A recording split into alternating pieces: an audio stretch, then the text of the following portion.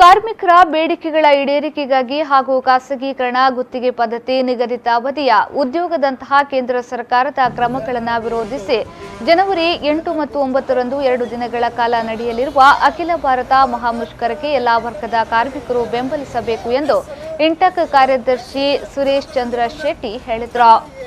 ಕಾರ್ಮಿಕರ ಬೇಡಿಕೆಗಳ ಈಡೇರಿಕೆಗಾಗಿ ಹಾಗೂ ಖಾಸಗೀಕರಣ ಗುತ್ತಿಗೆ ಪದ್ಧತಿ ನಿಗದಿತ ಅವಧಿ ಉದ್ಯೋಗದಂತಹ ಕೇಂದ್ರ ಸರ್ಕಾರದ ಕ್ರಮಗಳನ್ನು ವಿರೋಧಿಸಿ ಜನವರಿ 8 ಮತ್ತು 9 ರಂದು 2 ದಿನಗಳ ಕಾಲ ನಡೆಯಲಿರುವ ಅಖಿಲ ಭಾರತ ಮಹಾಮುಷ್ಕರಕ್ಕೆ ಎಲ್ಲಾ ವರ್ಗದ ಕಾರ್ಮಿಕರು ಬೆಂಬಲಿಸಬೇಕು ಎಂದು ಇಂಟಕ್ ಕಾರ್ಯದರ್ಶಿ ಸುರೇಶ್ ಚಂದ್ರ ಶೆಟ್ಟಿ ಹೇಳಿದರು.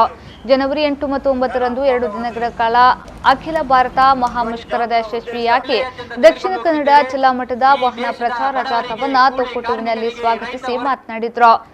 48 ಗಂಟೆಗಳ ಕಾಲ ದೇಶವನ್ನ ಬಂದ್ ನಡೆಸಿ ಪ್ರಧಾನಿ ಮೋದಿಗೆ ಬಿಸಿ ಮುಟ್ಟಿಸುವ ಕಾರ್ಯ ಕಾರ್ಮಿಕ ವರ್ಗದಿಂದ ಆಗಬೇಕಾಗಿದೆ. ಜನಸಾಮಾನ್ಯರು, ರಿಕ್ಷಾ ಚಾಲಕರು ಹಾಗೂ ಮಾಲಕರು ಬೆಂಬಲಿಸಬೇಕಾಗಿದೆ. ರೈತರ ಕಾರ್ಮಿಕರ ಏಳಿಗೆಯ ಹೆಸರಿನಲ್ಲಿ ಅಧಿಕಾರ ಪಡೆದುಕೊಂಡ ಕೇಂದ್ರ ಸರ್ಕಾರ ಬಂಡವಾಳಶಾಹಿಗಳ ಪರವಾಗಿ ಕಾರ್ಯನಿರ್ವಹಿಸಿದೆ. ವಿವಿಧ ಬೇಡಿಕೆಗಳನ್ನು ಕೇಂದ್ರ ಸರ್ಕಾರದ ಮುಂದಿಟ್ಟುಕೊಂಡು ಯಾವುದೂ ಈಡೇರಿಕೆಯಾಗಿಲ್ಲ. ಈ ನಿಟ್ಟಿನಲ್ಲಿ ಒಗ್ಗಟ್ಟಿನ ಮೂಲಕ ಸರ್ಕಾರಕ್ಕೆ ಬಿಸಿ ಮುಟ್ಟಿಸುವ ಕಾರ್ಯ ಆಗಬೇಕಾಗಿದೆ ಎಂದರು.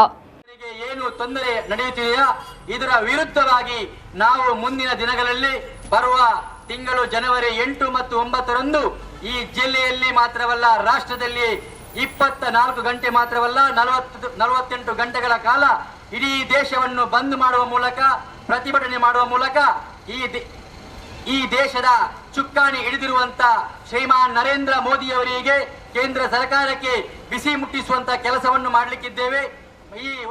ಈ ಸಂದರ್ಭ ಎಐಟಿಯುಸಿ ಮುಖಂಡರಾದ ಶೇಖರ್ ಎಚ್ಪಿ ರಾವ್, ಸುರೇಶ್ ಕುಮಾರ್ ಕರ್ಣಾಕರ್, ಸಿಐಟಿಯುನ ಸುನಿಲ್ ಕುಮಾರ್ ಬಚಾಲ್, ಯುಪಿ ಲೋಕಯ್ಯ, ರಾಮಣ್ಣ ಬಿಟ್ಟ, ಭಾರತಿ ಪೋಳಾರ್, ಜಯಂತಿ ಶೆಟ್ಟಿ, ಕೃಷ್ಣಪ್ಪ ಸಾಲ್ಯಾನ್ ಉಪಸ್ಥಿತರಿದ್ದರು.